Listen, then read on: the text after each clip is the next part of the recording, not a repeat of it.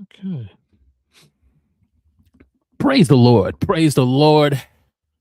Good evening, everyone. Welcome to the huddle. Tonight, I have a question for you. It's a question that we all start every episode, but because it's real, it's reality for a lot of us as small content creators. It's a reality for a lot of us who are working class content creators who create content on YouTube 9 to 5, working a 9 to 5 job, as Dolly Parton says, but yet we want to be able to create content, stand out on YouTube. Sometimes that can be a challenge. It can be frustrating. And so tonight we want to get into some tips, some strategies on how to truly grow on YouTube. Share the real truth that we're not hearing from the established big YouTubers, but the CEO of YouTube, Neil Mohan, is saying the real truth and what we need to do to grow on YouTube. And we're starting right now.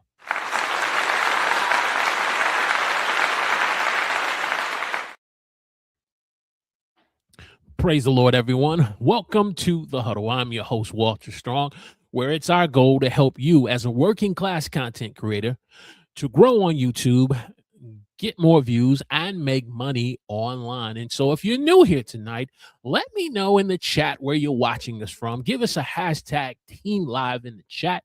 If watching the replay, you know what to do as the replay crew. As you always do, give us a hashtag Team Replay in the comment section. And so tonight, as I said, we're going to get into the topic of how to grow on YouTube, especially when you're working a 9 to 5 job. You have a family. Maybe you're involved in your church or your community and you're volunteering, but yet you still got to find time to be able to research and reverse engineer and put together your content topics. You got to work on your video package. You got to do all these things that the big YouTubers are talking about and making compelling titles that have a benefit for the viewer. And you got to be able to work on the thumbnails. You got to be able to do your editing. You got to all these things that we as content creators have to learn how to do. But yet, how do you find the time to do it when you have family, when you have work, when you have so many other things that are important to you? And so tonight, that's what we're going to talk about. But we're not going to do that alone tonight. We're going to bring on a good friend of ours of the huddle who has been on many times before, who is a working class content creator himself. And so without further ado, put your hands together, those of you who are watching me vertical or horizontal, for the one, the only, Mr. Tech Troublemaker. What's up, sir? How you doing, Walter? I'm doing good, man. Wow. What you been up to? Living. I've been living. I've been working, living, and creating. That's pretty much where I'm at. So, trying to balance it all like you were talking about. You said 9 to 5. I'm more like a 7 to 7. It's 24/7. But yeah, okay, I know what you mean. So yeah, it's definitely a challenge to try to balance all those things. Definitely, and especially when you have this goal to want to grow a YouTube channel, you want to connect with the right audience and get in front of the right viewers, and you're battling the algorithm. Is it for you? Is it against you? And reality is it's supposed to work with us because it's trying to connect us with the right audience. And so we're going to get into all of that and more tonight. Grab your pen, grab your pad. We're going to go to work, but we're also going to have some fun tonight. It's a Sunday night. It's a special Sunday night edition of the huddle. So definitely, if you have any questions, put 3 Q's in front of the question. If you have a comment, 3 C's in front of the comment. We see you, James, big 9279278. Thank you for being a part of the huddle tonight. I see you, Thomas, in the chat. I appreciate you being a part of the huddle tonight. So if you are a working class content creator and YouTube is serious to you, no offense, if you're doing this for a hobby, I realize a lot of the things we're going to talk about tonight may not be as important to you, but if you are taking YouTube serious on a Sunday night, then you lets me know you're in this chat for a reason. And it's not just to be able to just say hi, but just get some real true wisdom and learn from one another. Because one of our greatest strengths as working class content creators, notice I don't say small channel creators, because guess what? The big time creators had to start at 0 too, just like we've had to start at 0. But the difference is some choose to want to go full time. We're just working class content creators who have to support a family, pay bills just like everyone else. So enough of that. Well, let's first, Roy, talk about our pain points as content creators. Sometimes as content creators, we are just too tired after working a 9 to 5 or a 7 to 7 job, working plus overtime. Then you have the full-time job, what I call the greatest privilege of all times, in not just being a neighborhood, not just manhood, but fatherhood. And then you have the privilege of being a king to a wonderful queen in your life, and having a wife that you've been happily married to for X amount of years. And then you've traveled outside of the country most of the times through mission trips. And so the first pain point I want to just share with you share with the audience is, what do you do when you just feel too exhausted and tired to record or go live? What has been some of the things that you've had to do to get through those moments? Well, that's a challenge, because it's, I go live on my channel every Tuesday night, and there is a big thrill at going live on YouTube. And so part of that is the adrenaline rush that makes it a lot of fun for me. But, the ideation and the content creation piece, things I'll do is, I like to have guests on my show, because I figure somebody else is way more interesting than I am. And so we'll have a conversation. We'll say, hey, tell me what's going on and how things are going. And, then also I do use AI to help me do ideation. I use Gemini, I use Chat GPT. So I use those things to try to automate my process some. But, if you don't give them good information to start with, then the information they give you is just not you. And so it's very important to me that I tailor the conversation, the prompts that I do in AI, and say, this is what I'm trying to accomplish. And so speed me up to get there. I'm not looking at you to give me the answer. I'm looking at you to help me refine the answer.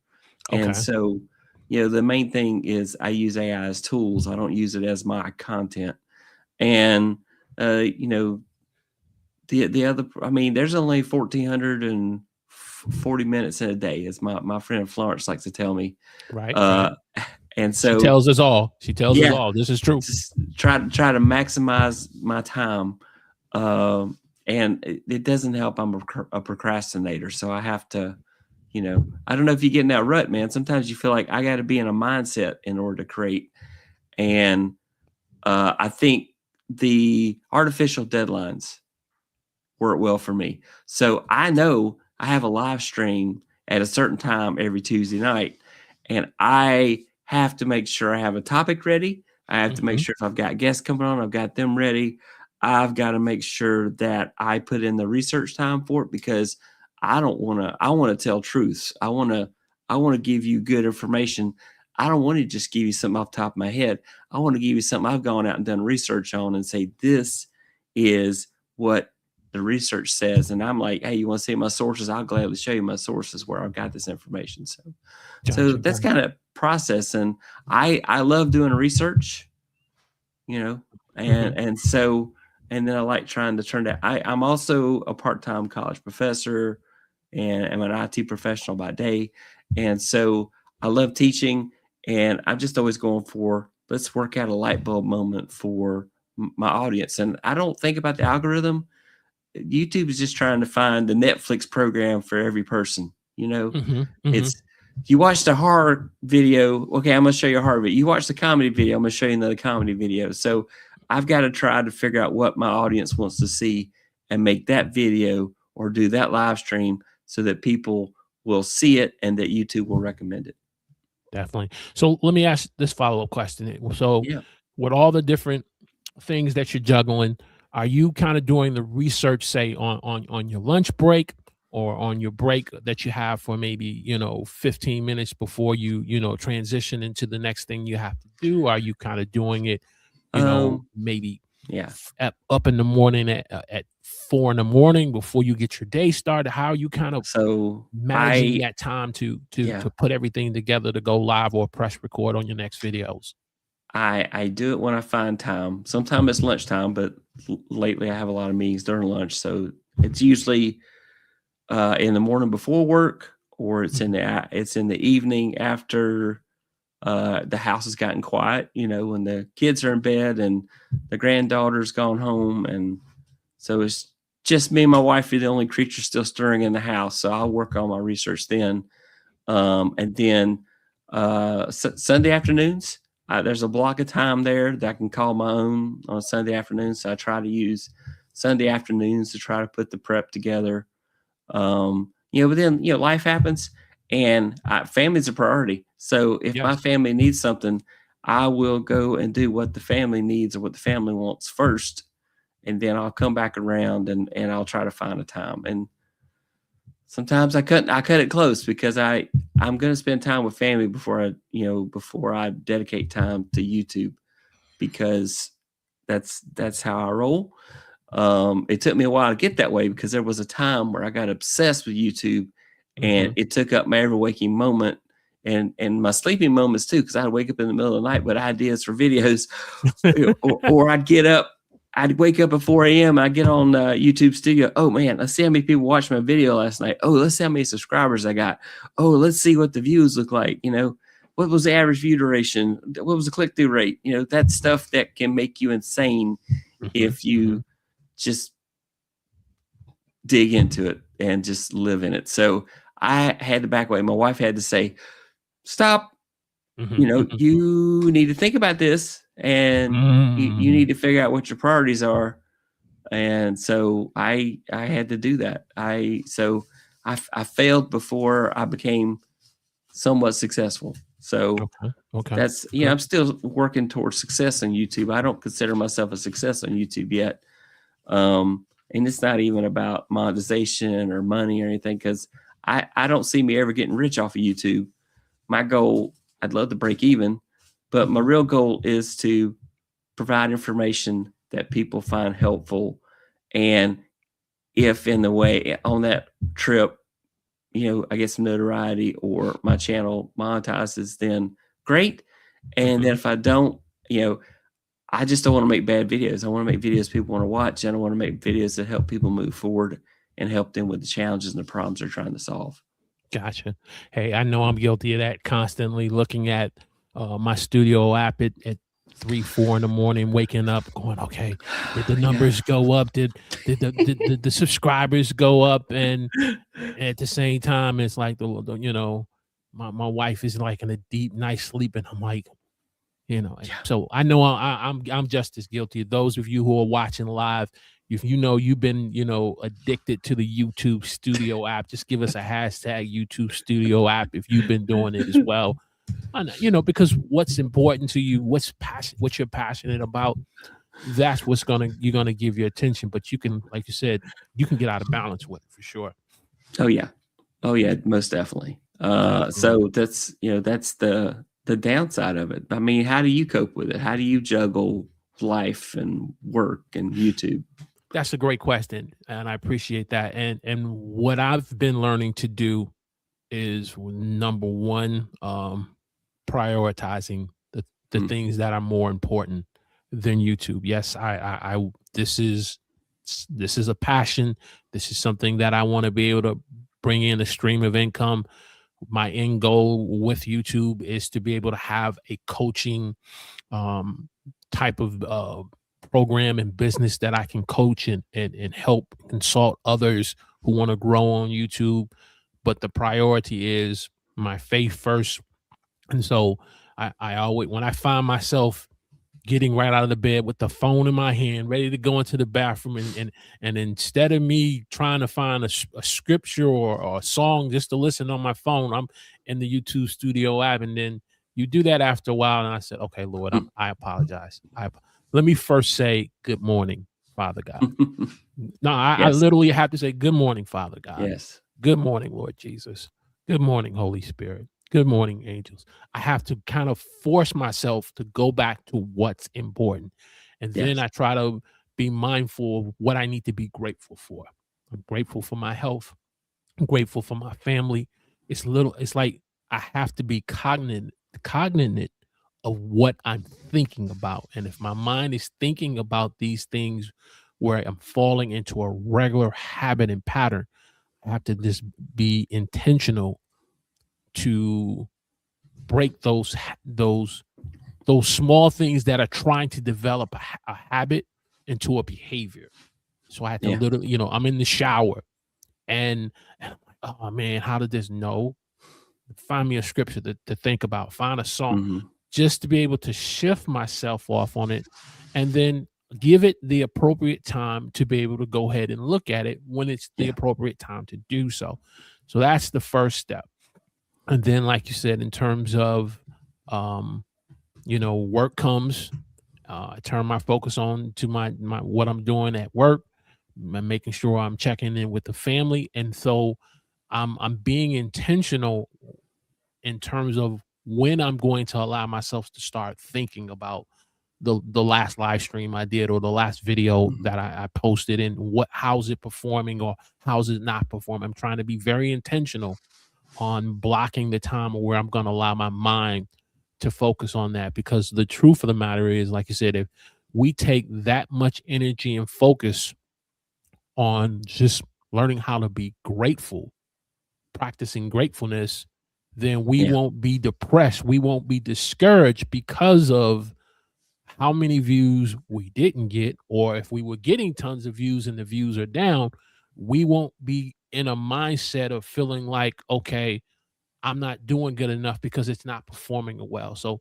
those are just some of the things that Yeah. I'm practicing every day, um, to do, and and I'm just being intentional about it. Just being intentional, because I can tell when I don't do those things, my Hmm. my my mood, my attitude begins to show it.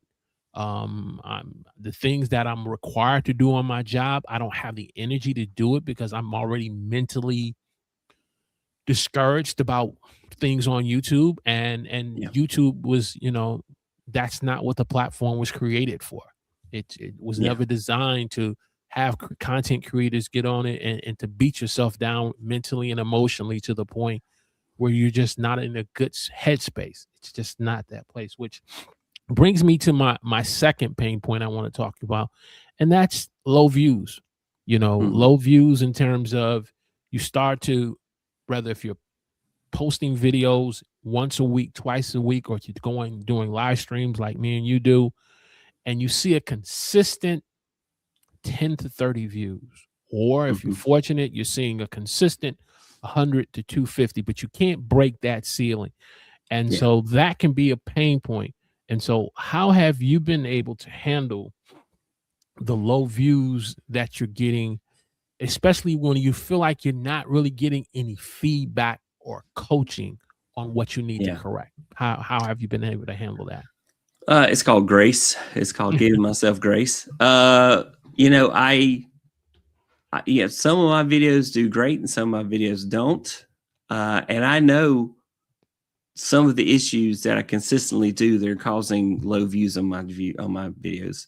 Mhm, First of all, it's thumbnails, mhm, it's titles sometimes. So I will use some tools like vidIQ to make recommendations on how to improve things.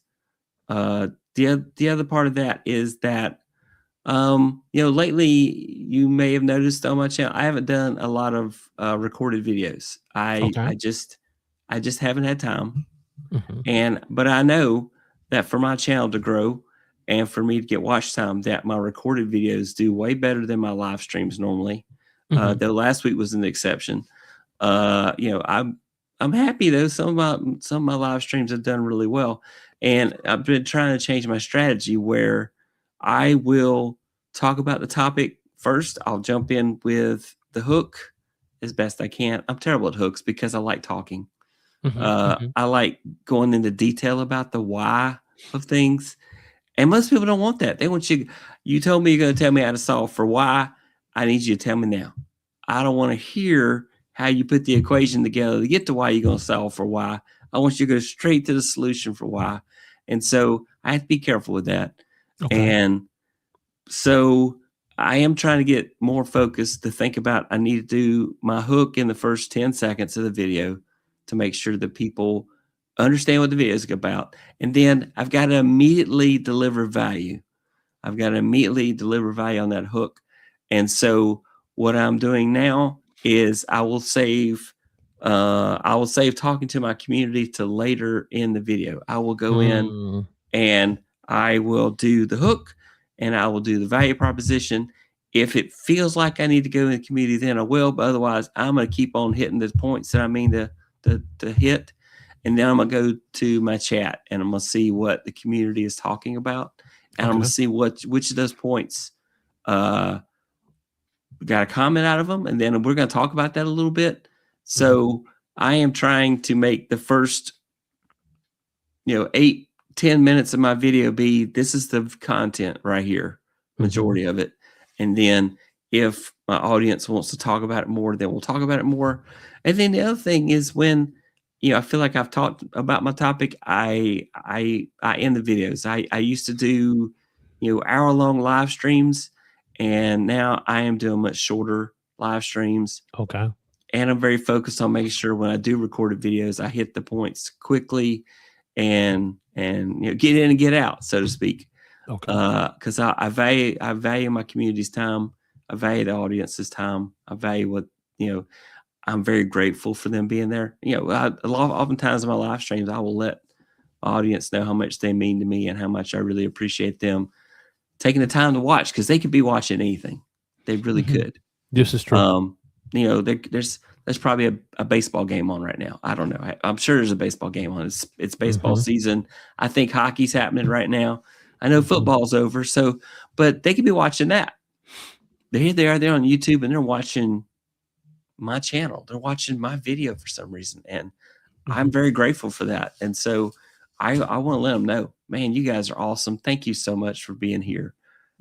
So, gratitude, as you said, that, having that gratitude attitude helps with content creation. It also helps with letting your audience know how much they mean to you and that type of thing. So definitely, and when you come with, for us as live streamers, when you come with a run of show and you outline what your topic of discussion is, and you have a solid intro where you want to come in respectfully, and that's no offense to individuals who want to have a long intro of 3 to 5 minutes clicking. I get it. Some people think that having a long intro, and I'm exaggerating, I've seen some individuals with 1 to 2 minute intros, and they want to give the YouTube algorithm time to give notification to their subscribers and anyone else that's looking for a live stream to be a part of, whether if it's vertical or horizontal. For example, I want to say good evening to Miss Sherry Ballard, 7261. Thank you for being a part of the live stream tonight, for just checking this out. And so, yes, it kind of does that. But at the same time, I'm on the other side of the fence that says you have people on the live stream that are there now that want to hear what you have to say. You promise something in your title that you said that there's a benefit they can get from you. You promise something in your package. You made reference in terms of to Netflix. When you go to Netflix, when I used to have Netflix, I don't have it anymore, because as soon as I tried to, I think the last time I had Netflix, the WWE was just moving over to Netflix, and they were having this big match with my man Roman Reigns against Solo Sikoa, for all my wrestling fans out there. And they was having the tribal combat match, and I wanted to see it. I really did. So I said, okay, I'm going to sign up, get a special discount promo, and then I will pay whatever that, my regular price is. And so I saw the match. It was over, and enjoyed everything. Roy, within 30 days, I got a notification that Netflix was raising the price. I was like, I'm out. out. I'm Yeah. out. And so that was the last time but my point in using on Netflix, when I used to be a regular subscriber of Netflix, there were certain movies or shows that I was looking for and would help me to find them. Where's their type of thumbnail? So if I wanted to Hmm. watch Designated Survivor, Kiefer Sullivan, I was Hmm. watching for Designated Survivor. If I wanted to watch Arrow with oh man, Steve. Steve What's his name? I can't remember Ki- his last name, but he's good. Yeah, I like that show. right, him, or if I wanted to watch The Flash with my man Barry Allen, the guy who played Grant Gustin. That's his name. Yeah. And so their form of thumbnails, what draw my attention. And so I say that to say, having a long trailer or countdown like that, it's your thumbnail that's what grabbed their attention to Yeah. say, oh, wait a minute, they're talking about growing on YouTube, or they're talking about getting more views. These are all hot, important things that are important to us, all of us as content creators. And so having long intros that just I think it's not valuing the viewers No. who show up early. I mean, I've seen some live streams and you're supposed, and I granted, not everybody's able to start on time, but if you got 76 people waiting there and they've been waiting for 15 minutes and you ain't even start the intro, okay, I'm gonna leave that there. I'm gonna leave that. Hey, if you're getting great value out of this discussion tonight, just on how to grow as a working class content creator on YouTube, you still got a 9-to-5 job. You got a family that you love. You got other responsibilities from church and communities and other things that are important to you. If you're getting great value, do me a favor, click that like button for me. Hit that thumbs up. Share this on your favorite social media platform that you are on the most to encourage another working class content creator who wants to grow on YouTube just like you do.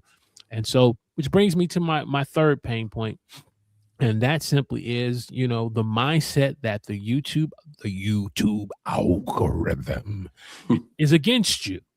And having that mindset that that YouTube is working more for the big creator than for the up and coming growing working class content creator. And that can sometimes be a pain point, especially what we don't understand, we fight against. What we don't seem to grasp, and what clicks, we feel like it's against us. I mean, how have you been able to, have you kind of had that mindset? And if you did, what did you kind of do to kind of shift that mentality so you could start Yeah. seeing how the algorithm was going to help you grow your channel? So I don't think the algorithm is out to get me. I do think, I mean, I will go to the YouTube homepage and I will see a video that's only had like 4 views. I will see from a creator I've never even heard of. And then I'll see a video from a creator that's got thousands and thousands and thousands of views. And so I think everybody has a chance. It's just very much the algorithm has gotten so smart that you determine based on your watch history what YouTube is going to show you next. In fact, there's a debate going on right now where people have been hiding their watch history, and so therefore YouTube doesn't know what to show them next. And so because you go and disable it, so YouTube is making it harder and harder for people to hide, to disable that watch history so that it can better, in its mind, show you what you want to watch. I mean, the Netflix example is key. First of all, Netflix is awesome at thumbnails. Think about it. You got right there. There's a masterclass in thumbnails is on the Netflix screen. And then this next thing is they make suggestions. They say, well, we're 95% sure that you'll like this thing. YouTube is doing the same thing on a grand scale. I mean, YouTube is able to look at all the video. They're able to look at the audio, and they're able to figure out what your video is about. I'm really surprised we still have to do titles and descriptions because YouTube knows what your video is about as soon as you upload it. So and then it goes and it tries to find somebody to watch your video, and it goes through a process where it will show your video to a sampling of people to see if they bite. But your key thing is you've got to give them that. Unfortunately, everybody judges the book by the cover, and on YouTube, that thumbnail is king. So you've got to make the best thumbnail you possibly can, and you got to have the closest best title you possibly can, and you got to figure out, am I going to go for the curiosity gap? Am I going to go for intrigue? Am I going to go for urgency? What am I trying to do to get people to click on this? And so I have been working harder and harder on my thumbnails, and I've been using multiple tools to create my thumbnails of late. So I will come up with an idea, and then I will go through vidIQ and say, what do you think about this idea? And then I'll go to ChatGPT, and then I'll go to Gemini. Hey, what do you think about this idea? And then I'll go into Canva. I use Canva for all my thumbnails. Okay. I confess that now. And sometimes I'll use the AI built into Canva, but I've been disappointed. I don't think I do very well with it. I'm much better at ChatGPT or Gemini. And so I'll go through them for ideation. I'll also use them to create images, B-roll type images to go in my thumbnail, so that I create the thumbnail, but I'm taking pieces and parts I've gotten from other programs.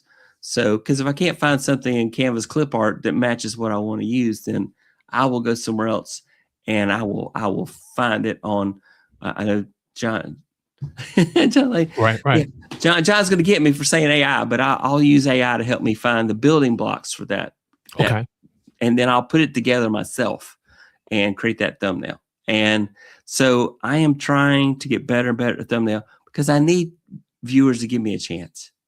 And then I need to make sure that I focus as soon as I start the video to get that hot take, that hook out there immediately, so that viewers can judge, the thumbnail got me to click, do I want to watch? Okay. And then I got to give them some value, so there's some reason for them to stick around. And then there's so many psychological tricks and things, but I'm not that smart. I can't do those things. I always forget stuff like, if you watch to the end, I'll show you this. I don't work that way. That's not my natural flow, but I'm not a salesperson. And so, I think the biggest YouTubers are, salespeople. If you think about it, they figured out how to package a product in such a way that people want to see the rest of it. And so that's the trick. But yeah, you got to be, as John said, you got to be a step above clickbait. You cannot clickbait people and not deliver. Unfortunately, clickbait works, but if you clickbait and you don't deliver, people will not watch your videos. They will turn you away, and then the YouTube algorithm will bury you deeper and deeper. But if you clickbait but deliver, people will watch, and YouTube will recommend you, and people will watch. And at the end of the day, the algorithm is the audience. At the end of the day, what do people want to watch? Now, admittedly, when YouTube gets excited about what it thinks you want to watch, then it pigeonholes people for a little bit, and they have to do something to break the cycle and say, well, I'm looking for this now, so quit showing me My Little Pony videos. I'm not watching My Little Pony anymore. Maybe you watched one My Little Pony by accident, and now suddenly, okay, my granddaughter wanted to watch My Little Pony. That was not me. Why are you showing me all My Little Pony? Today I was watching YouTube, and the next video suggested was a Sesame Street video. Okay, if my granddaughter was here, we'd be all for it. But, she's not here. I'm not your audience for Sesame Street, though I do love Elmo. I'll admit that.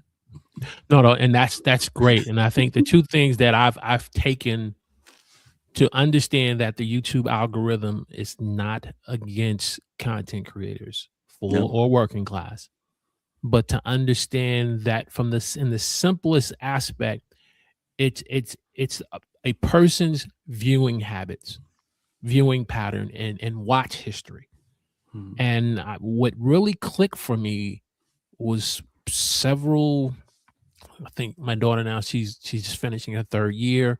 So I want to think we had this conversation during her second year, and she was sharing with me some thoughts about maybe being a part of a sorority. And she wanted some thoughts on it and some feedback on it, especially from a Christian's household perspective. Yeah. And so we shared, we talked about it, but I said, I need to do my research just like you need to do it. And of course, what do we in today's time, how do we do our research? We don't do our research with the yellow pages. If you don't know what the yellow pages is, Google. We don't do it with the white pages. We may do it with Yup, but for the most part, we do it with YouTube. Rather, if you're a content creator or viewer, you're going to go to YouTube to learn how to fix something, find something, or understand something. And I began to watch a couple of videos. I just put in, the pros and cons of a young lady who is a woman of faith. Should they be a part of a sorority? And watched a couple of videos. Well, after I watched those 1 or 2 videos, my homepage was flooded with videos on sorority, in particular on the topic of why people wanted to denounce being a part of sorority. And I didn't really watch those types of videos, but they were flooding the entire page. Yeah. And what I learned from that moment was, as a viewer, when you put in the YouTube search bar and you begin to search for a specific question that you want answered, or needing resolution for a particular issue that you're dealing with, the algorithms, not just one, but algorithms, are going to begin to, on behalf of the viewer, say, find me this creator who has created this type of content, whether small or big. And now I'm starting to understand what they mean, why subscribers don't matter, right? No. Or how many subscribers you have. I'm starting to understand how the system works. And the lesson that I got from it was, okay, if that works for me as a viewer, what is the lesson that I need to learn now as a content creator, creating content for someone who needs that same type of question answered? And when I begin to shift my mindset to say, when you create content, this is the way it needs to be done. You need to be in those group of videos. I still need to develop my skills on to get better, where I'm at the top of the search, bar ranking. That's a work in progress for me, but I need to be in that group of videos that people are looking for. And once I begin to see, okay, that's how the algorithm works. This is how this thing is working now. And it helped me to understand that this is not about decoding or breaking the secret sauce to mastering the algorithm. It's about people's viewing habits. And I believe a lot of individuals in the beginning, once the YouTube algorithm, like most things that YouTube introduced new, people begin to get bad advice or bad perspectives on trying to, and then they pass it on to others. That makes it more confusing about the matter. And so that's what's really helped me. And then also to understand, you talked about AI tools. It was just recently, about maybe 2-3 weeks ago, I started to see some live streams take off, because I started introducing the vertical live stream feed into my live streams, and a couple of live streams really started to take off. But then what I began to take notice within the studio itself was something called Ask Studio. And it began to give me a snapshot or a summary why I start to have this surge of growth from videos, and how the videos were performing, how the watch history was starting to perform, how my views were going up, and how my subscribers started to grow. They made it very user-friendly to understand. And I'm quite sure a lot of that data was already in the analytics. And I probably, if I wasn't lazy and just really just started to look for it, I would have found it. But they've made it so easy now for you to be able to see just a snapshot of the performances, how your video is working through this AI feature, to help me better understand how the algorithm is working with my content. And so what I take from that is, you got to have a growth mindset towards the YouTube algorithms. You have to have a growth mindset. You can't be closed-minded. YouTube wants you to be successful. That your success means people keep watching on YouTube, which means they sell ads. At the end of the day, YouTube is a business. What can you do that benefits me? Indirectly, it'll eventually benefit you. But how do you benefit the algorithm? I mean, for example, when you do a long form video, you may not be monetized, but YouTube is going to show commercials, ads in the middle of your long form videos. because, hey, at the end, they're going to try to sell stuff. And then at some point, when you get monetized, you get a portion of those proceeds. So, it's a win-win in the long run. If you make stuff that people want to watch, then YouTube's able to sell ads. And if YouTube sells ads, and you get watch time, then life works great, Definitely. Want to say good evening to Professor John Lacey over in Australia, checking out the huddle tonight, sir. We're truly grateful for you being on the huddle with us tonight. We got to get you back on, sir. Maybe we can do a three. I don't want to say it that way. You have three guests at one time. So I'll send you an email, sir, to check out, see how your schedule is, knowing that you are in another part of, and it's already daytime for him. It's nighttime for us. Yeah. It's daytime for John. But John, we're so appreciative that you are on the huddle tonight. So appreciative for your presence. And so I want to go to this last pain point, and then we want to talk about content pillars.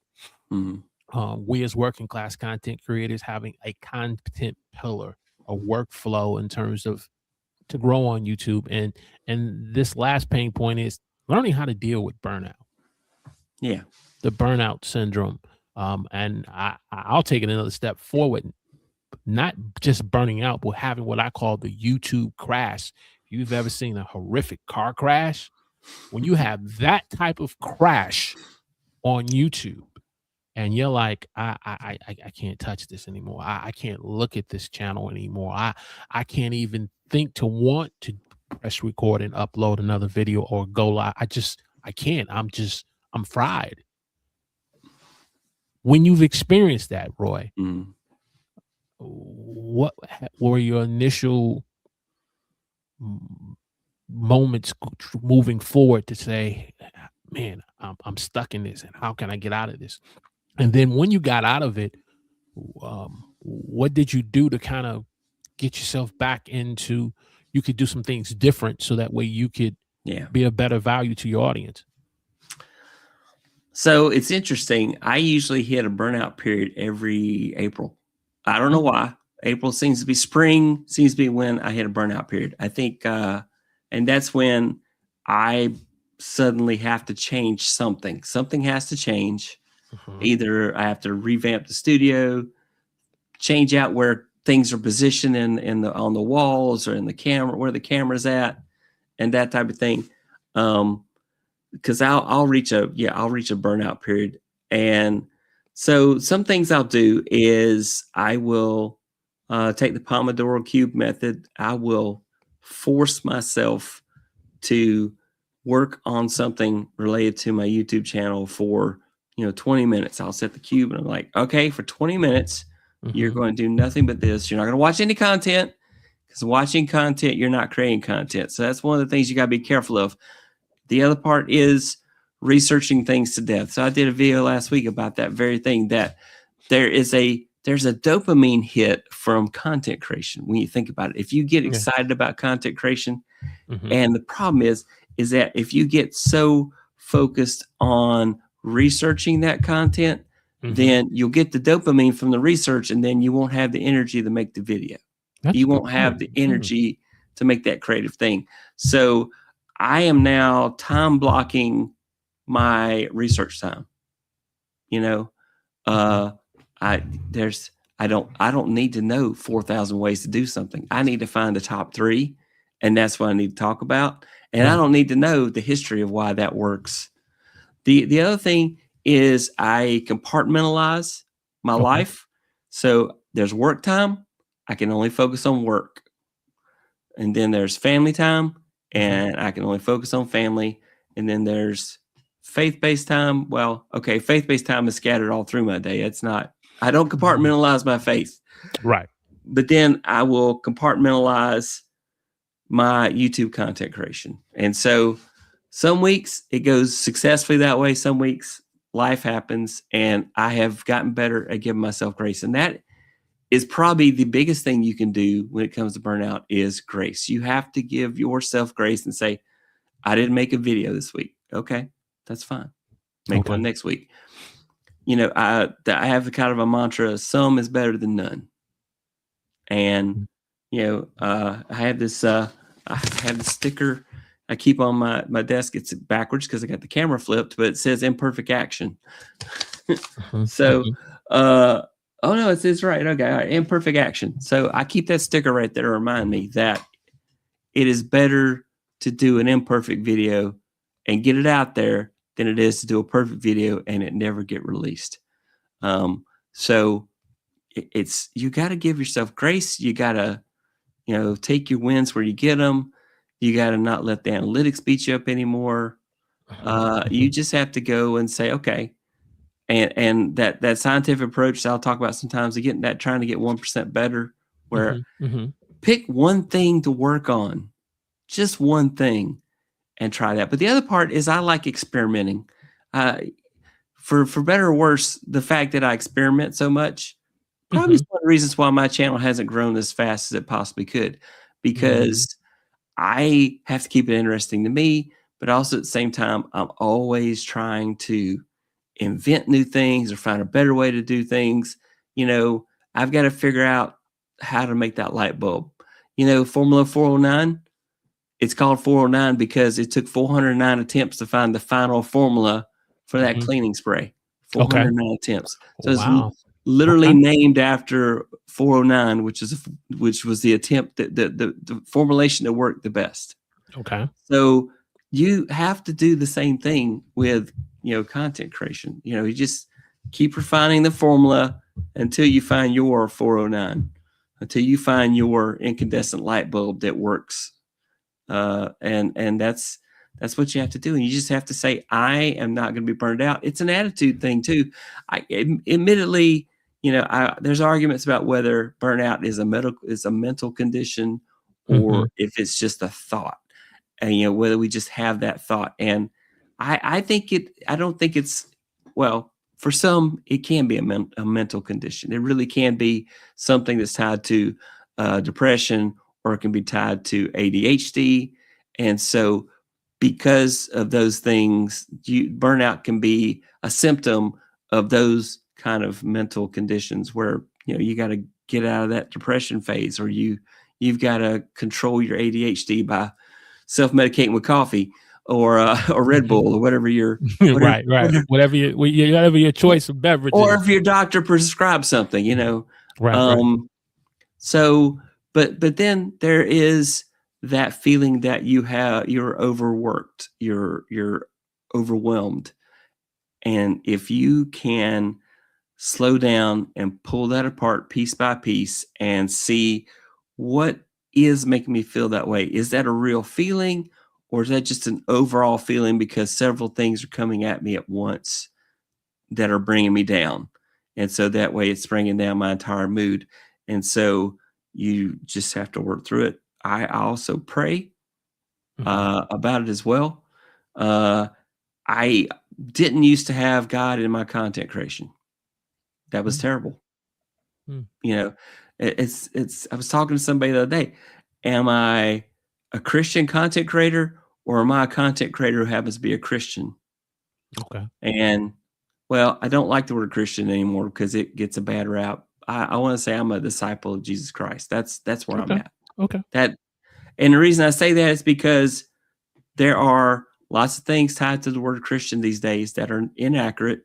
That there have been people who said they were people of faith who did things that were not what Jesus would do, but didn't reflect. Yeah, and so okay, you know what?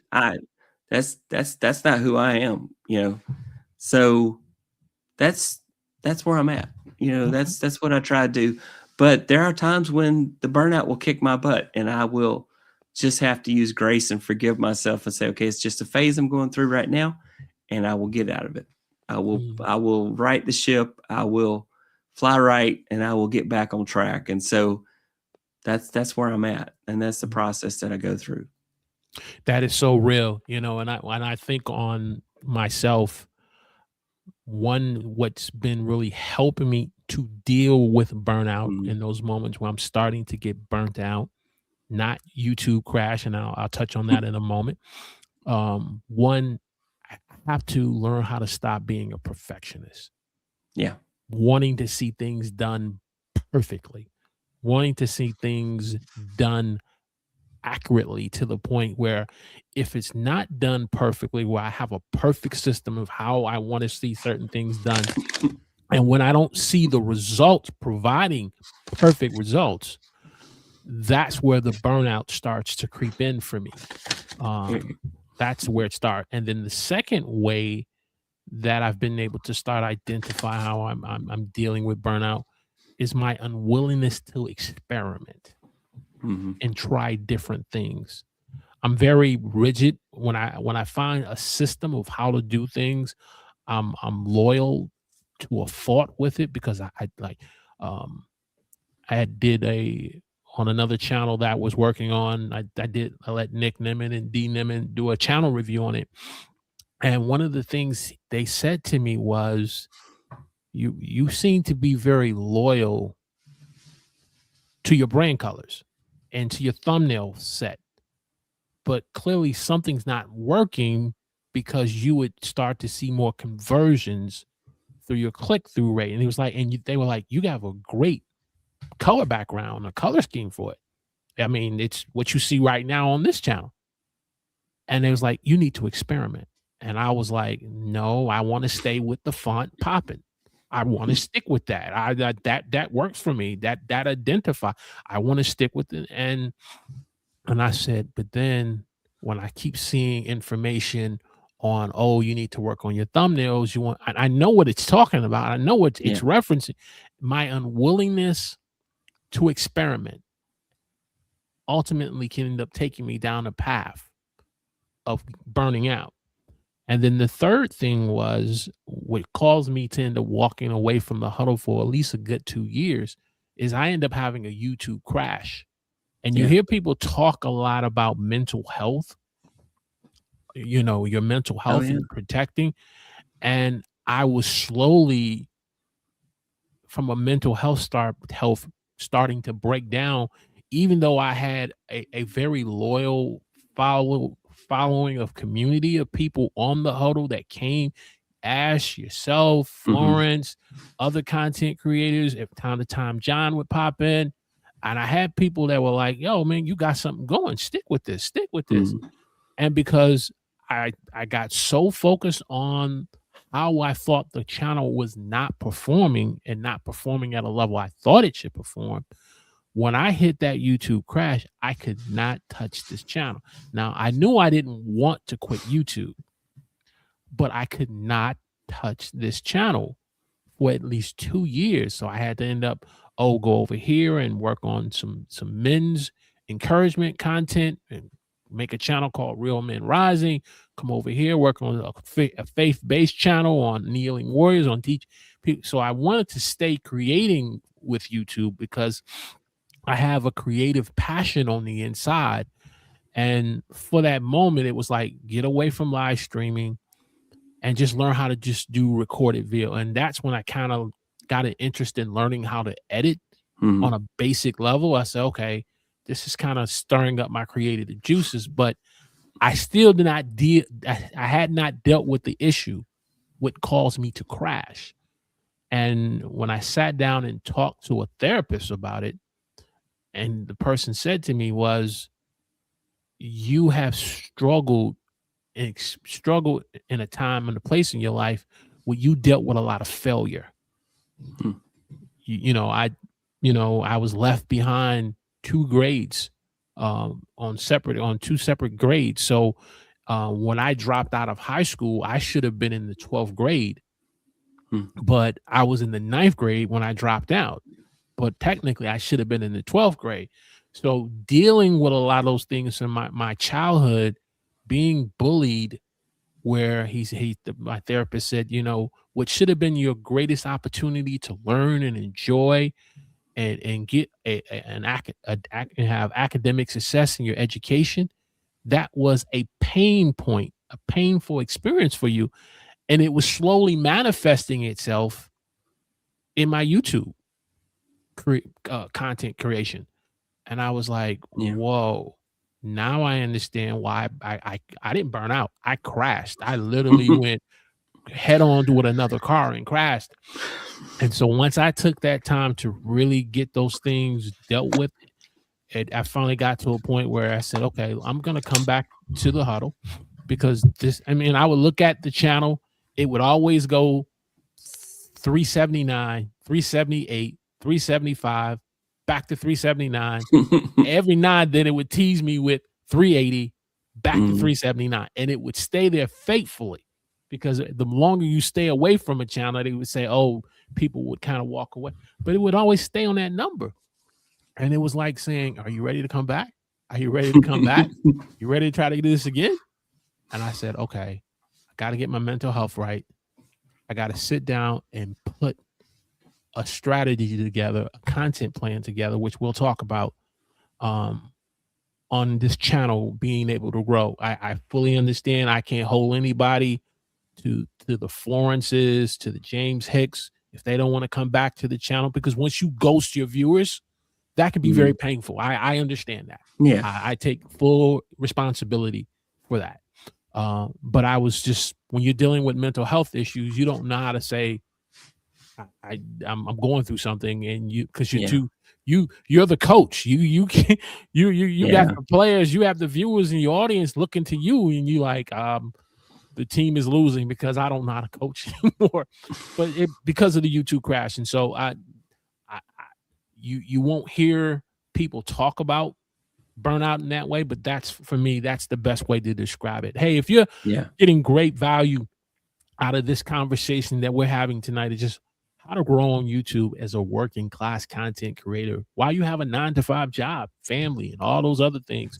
Do me a favor, click that like button for me, hit that thumbs up, share this on your favorite social media platform. And if you're new to the huddle tonight, and we've said some things that really sparked and encouraged you to really take YouTube more serious on your channel, I want you to hit that subscribe button and click the alert notification button, so you'll be notified when we have more conversations like this on the huddle. Which brings me now to, and let me, before I jump ahead, was there anything else you want to touch on the burnout before we go to the next topic? I know. I'm just going to say that, I have gotten where I don't hide my vulnerabilities on my channel anymore. I go ahead and let people know this is where I'm at. Here's what I'm going through. I don't want your sympathy. I just want you to know that I'm a human just like you are. So that's something that's important to me to do. So, yeah. Okay. There it is. There it is. So let's talk about content pillars, the goals that you have for your channel. And like you said, you're coming out of burnout now, and you're starting to get some momentum on your channel. You want to see the channel grow and make it at certain milestones, but most importantly, where your content is being consumed or being viewed by people that can say, hey, look, this is bringing a transformation in my life. It's improving the quality of my life better. What type of content pillars that you have on the Tech Troublemaker show? So I try to focus very much on beginner creators to try to give them encouragement to hit that big red go live button, or the record button, whatever color it may be for you. The other part is I do talk about, I have a series I call Creator Therapy. I'm not a therapist, but I've been the one. But things that I go through and that I've seen others go through, and I try to talk through that stuff. And so people listen to that. And then I also focus on the getting 1% better kind of mantra. What's the one thing you can improve to make your videos better? So I make the mistakes, and then I try to show how to get out of those mistakes. And so I think that's really my approach. But yeah, that's the approach I use, is to go through that process of that seems to be where my world is focused. The other part is I do some software tutorials, which the analytics say I should do that instead of content creation videos, but because that's where the views are, and I'm stubborn like you, and I don't want to let go of that. I like doing the videos about content creation, and the people that I've helped, and the people that say that thank you for these videos, inspire me to keep making them, even if they're not my most popular videos on my channel. So Definitely. I think for myself, and again, after dealing with the YouTube crash, the limit in my life, just personally, when I came back, I said, okay, gonna come back to the huddle. You got to identify your true audience you want to work with. And in the past, I would tell myself, I'm making content creators for beginners, and for the most part, that's what I was doing, especially when it came to the live streaming aspect. But what I began to understand more than anything is that you take away the live streams, you take away the shorts, the bread and butter of YouTube that people will watch the most are pre-recorded, uploaded videos that you watch. That's the audience of people you will find. And so I said, okay, for me, my content pillars have to be around individuals just like myself who work a 9-to-5 job, who really want to grow a YouTube channel. And when I say grow it, I'm not necessarily your target is up if that's what you want, a silver play button of 100,000 subscribers. Okay, if that's what you want, fine. But having some pillars in place to help you to get there over a process of time. And so working with busy people who work a 9-to-5, that's part of one of my content pillars. My second one is having a slow and steady growth approach, because for me and you, we don't have the luxury of just saying, hey, look, I'm quitting my job and I'm going to work and go full time on YouTube. Because if we do that, then the woman of our lives who loves us so much, they're going to say, okay, you had the benefits. You were supporting the family. We were covered by your medical insurance. We were covered by your visual and your dental insurance. Your retirement was the main thing. That was your income, was what was helping us to have emergency savings. And you're quitting your job. We are not afforded that opportunity to do that. And so I said, okay, that's the creator I want to create content for. That's my audience. Yes, it's another creator, but it's also someone that's new to YouTube, who haven't navigated those landmines yet, and that are just too mentally exhausted to upload their first video because they're like, this is just too much. I've had some people that pop into some of the streams and I'm like, wow, they're like, but no, what you're sharing, it's helping me. It's getting me. I remember a good friend of ours, she'll remain nameless, but you see how our channel is just taking off now today. And she would say to me and she's just like, I just have not posted my first video yet. I have not gone live yet. You look at our channel now. And I said, those are the individuals that are a part of your content pillar, your growth strategy. Yeah.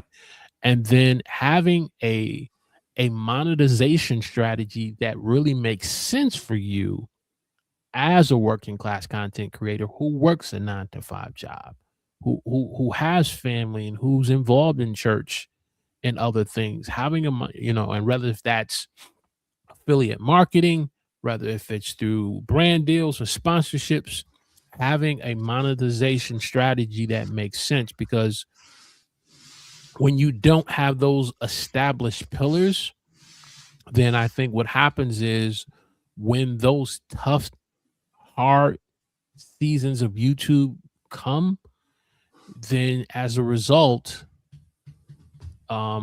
you can take a beating in those moments, and you're like, man, is this, we had a conversation just a couple of weeks ago. Is this still worth it? Is YouTube still worth it? So that's been our content pillars. And we have some others that we have established, but let me know in the chat if those of you who are watching me live, just put in the chat just some of your content pillars for your YouTube channel.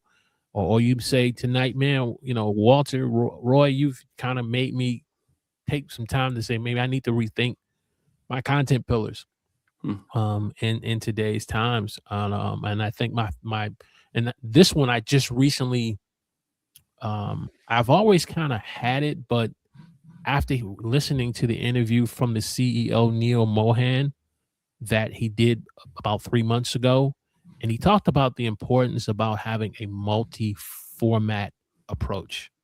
And I want to get your feedback on this, Roy. A multi-format approach. Yeah. Because YouTube Shorts is not going anywhere. No. Live streams are still alive and kicking, but yes, the long form content like the horizontal videos, those seem to be still having a tough time. But he said that YouTube and the developers, their job is to build the stage, to build the platform. We're the performers. Right. These are the tools that we have. And he says, when you look at the most successful YouTubers, they have a multi-format approach. And I said, you know what? I've been so stuck on just doing live stream because that's what I feel like I'm most successful at the most. That's where I get my dopamine from the most. Well, you talked about your dopamine, doing live streams, being able to interact and engage with my audience. I've went through the trials and the fires of those days where there's 0 to nobody while I'm doing my live stream. But then once I get the dopamine, I got the 20 to 30, that's when the dopamine kicks in. And I said, wait a minute, you got to learn how to start editing videos that you upload. You got to learn how to really, and I'm not saying being like, just, transitions, jump here, jump cuts. Just have some basic editing that will make the video respectable. You got to learn how to, if you don't want to do shorts, you got to put your live streams together in such a way where you could start using AI tools like Opus Clips or Nexus Clips that will get the best moments. And so having a multi-format approach is another content pillar that I'm definitely embracing in 2026. Your thoughts on that? Well, I admit I hate shorts. I'll go ahead and say that up front, but I know that they're vital in their own way. I use Opus Clips to make some shorts. I have found that the shorts that do the best are the ones I actually take the time and edit it myself, but I don't have that kind of time. When it takes you an hour or two to make a 16-second short, it's hard to say the cost, the cost benefit ratio there is working. So, it's a challenge. So I resist the urge to do a lot of edits, but if you can put together a short that solves a problem very quickly and it works inside a vertical format, you're going to have success with that. People are going to watch it. You're not going to blow up and you'll get subs from it. That's what I find the shorts give me the most is subs. I don't find that the related content link works very often coming out of a short because the mindset for folks watching shorts is that they want quick wins, quick dopamine rush, do the quick scroll. Oh, that's funny. Oh, that's cool. Oh, yep. Okay. I mean, that's what they're looking for. They're watching shorts. The other part is you got to put text in the shorts because a lot of people watch their shorts with the audio turned off. They're at work sneaking time, scrolling through your shorts. So you got to give them text on the shorts, and you got to make it a little flashy for them so that they'll watch it. So you got to give a quick win in 8 to 16 seconds. I mean, I know you can do much longer than that now, a minute and a half, and it still can be a short, but I find those longer ones, nobody watches those longer ones.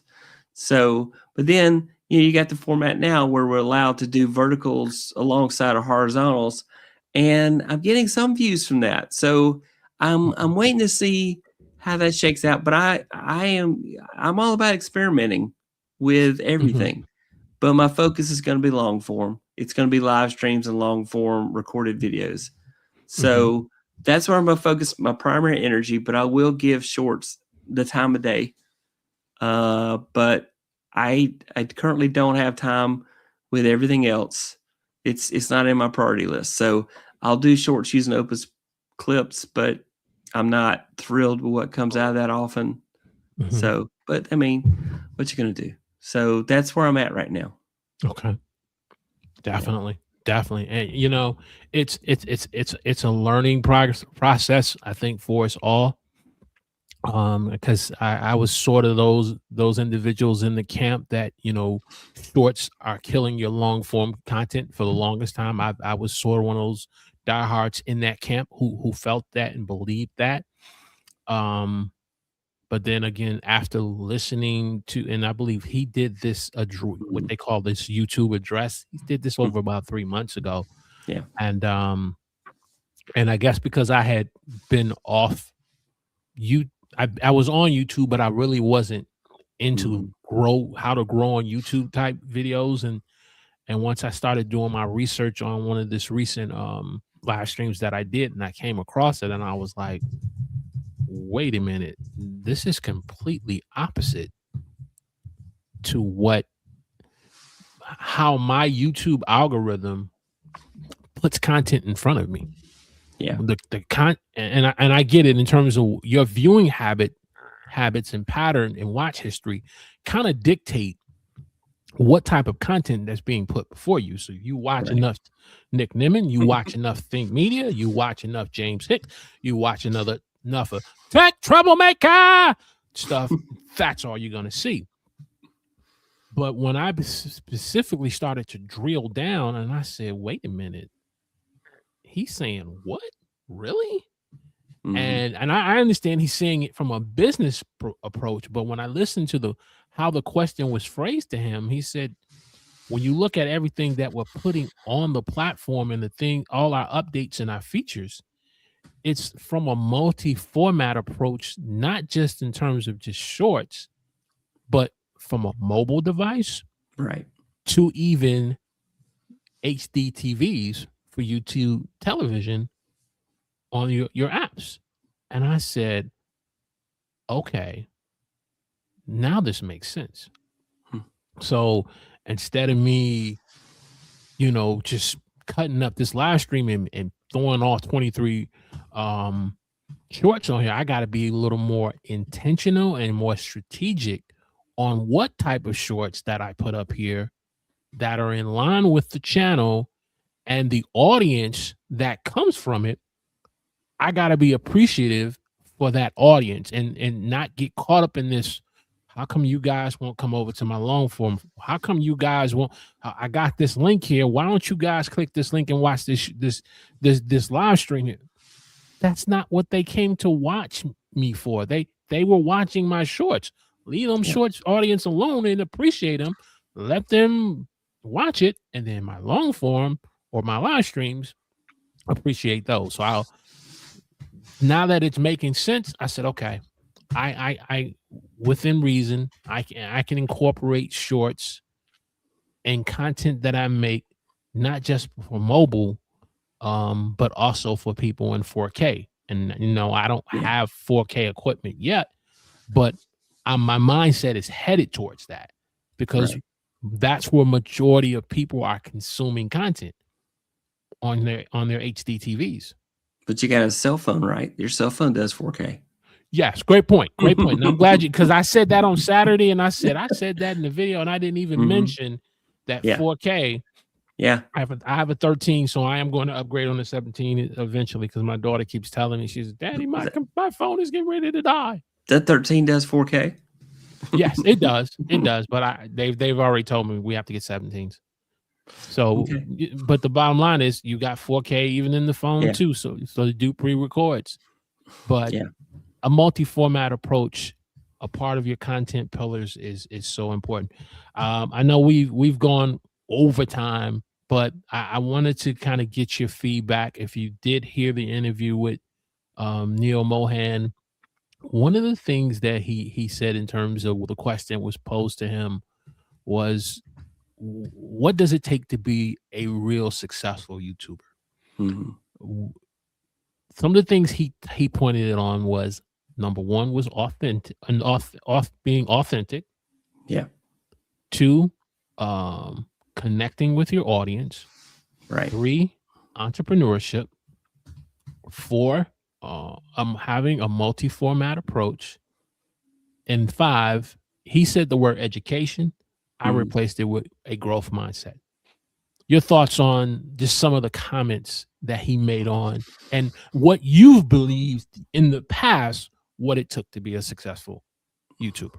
You take any of those out of order. Yeah, I agree with him. I'm not a fan of the multi-format approach, but I agree with him. I've gotten subs from shorts, but the problem is that that's not usually my target audience. So, the catch is the person that watches the shorts is not the person that's necessarily going to watch your long form. Okay. So that's one of the problems I've run into. A neat trick is if you take the transcript from your video and you feed it into your favorite AI and you say, hey, tell me what the highlight moments are in this transcript.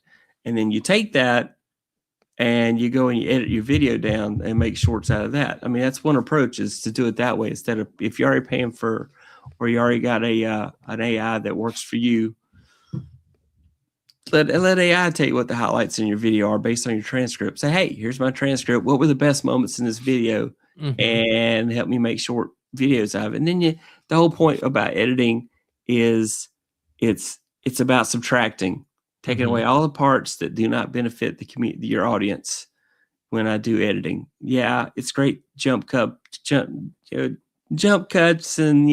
all that stuff, great, but B-rolls or whatever. But if you slice it down, the other part is right now YouTube very much is the number one streaming platform. You take all the other streaming platforms, put them together, YouTube has more viewers than any other platform. It's got the most watch time on TV. So if you start making content that plays well on TV, like for example, they're making a big deal about doing series. So let's say, for example, you take a topic. I'm now going to do 5 videos about that one topic, and that's going to be a series. Okay. And so then you do your end screens, and you have your end screen point to the next video in the series, and the next video in the series, and the next video in the series, and then you have the last one loop back around to the first one. You've created a series. TV shows used to be 48 episodes in a year or more than that. Right, now they're down to 22 or 13, or then you got the ones that are like 10 or 4, 4 episodes of a series. So think of YouTube as a TV network. And that is what YouTube is pushing with TV viewing, is that they want people to watch. They want to watch series, stuff that keeps people watching. And the biggest benefit to your channel is tie those shorts into what the series is about. And so you kind of, I hate that word, but synergy. You're building that all in together. And so that is what I'm ramping up to start trying to do. So that way I'm bringing in short form, I'm doing long form, and I'm giving viewers a reason to watch it because I'm building on something to get them to the final result they're looking for. And so I think he's right. He would know better than anybody because they see all the analytics. They have all the analytics. We only have ours, but they have all of it. So they know what people are watching. And 2, they're building the platform to benefit creators so they can benefit the viewers so they can sell commercials. So he's the guy I would listen to. I think there's lots of videos of bad advice out there. So that's the other thing is I'm working on, is trying to make sure if I've made any videos of bad advice that I replace those with new videos that are with updated advice, or flat out say, hey, by the way, I told you wrong. Here's what's really going on. Okay. So, as you and I as content creators learn our lessons along the way, sharing that with our audiences is going to be a big boon for them and helpful to us, because we gave them helpful, useful information that they'll hopefully want to watch and see and learn from. Definitely. So, what you got coming up this week on the Tech Troublemaker Show on this Tuesday night at 9 p.m. Eastern. Yes, I am not going live this week. You caught me on a strange week, but right, I have a logistics issue. My wife's out of town, Okay. and I have a grandbaby that I watch in the evenings on Tuesdays, and my wife's not here to handle the hour that I need to let me do my show. So I said I'm just going to take a week off, and next week I will have 24-hour boss on my show. We'll be interviewing him and talking to him about his content creation journey, lessons learned, and how it benefits others. So I may drop a recorded video this week, but I will not be going live. So Okay. All right. So it gives your yeah, audience an opportunity to check out last week's live stream that you did. you should definitely go And watch that. and what was that topic on again? I have no idea. No, it was about no. Too much. No, it was I've slept since then a little bit. No, it was very much about the fact that we do research and we let that take our dopamine. We get our dopamine hit from doing the research, and then we don't have the energy to do the creative thing that is usually the benefit of the result of our research. So whether you're painting a painting or making a video or doing some project or making some creative endeavor, if you burn through all your dopamine, getting the dopamine high off of doing the research, you don't put the time in to do the creative thing. And so I'm like suggesting slow down, do less research, focus on what you're trying to create and get there. Maybe you need to write a rough draft script before you do any research, just so you say, this is where I'm going with it. And then just fill in the gaps that I have. And so that's what the focus was. I jokingly called it, take the red pill, and so I think it's well worth a watch if nobody's seen it. I'm very proud of it. It's had a lot of views. So all right, perfect. Well, Roy, again, I want to thank you so much for hanging out tonight with me on the Huddle, talking about the importance of just the journey of a working class content creator. I'm going to put you in the green room right quick, and then we're going to bring this train into the station. There you have it there, ladies and gentlemen. Mr. Roy Richardson, Tech Troublemaker, here on the Huddle live tonight. I know we kind of went over our normal scheduled time, but it's Sunday night. It's Sunday night. You could have been watching NBA playoffs. You could be watching, Major League Baseball, but you took the time to stop by and watch the Huddle because we just wanted to encourage you as a working class creator. We understand the pain points of, just being too exhausted to want to press record and upload that next video. You feel too exhausted and tired to be consistent in posting videos, whether once or twice a week. And you just feel like, man, the YouTube algorithm, I'm not really understanding, and I'm not getting the feedback on how to grow and get more views. And so we just want to have a real conversation about those things, but at the same time, talk about some winning tips and strategies on the importance of why you need to have a strong content pillars system, a workflow, a system that's going to help you get in the right direction to connect with the right audience. And if you do that, you are going to see your channel grow. As a working class content creator, slow and steady is your growth path.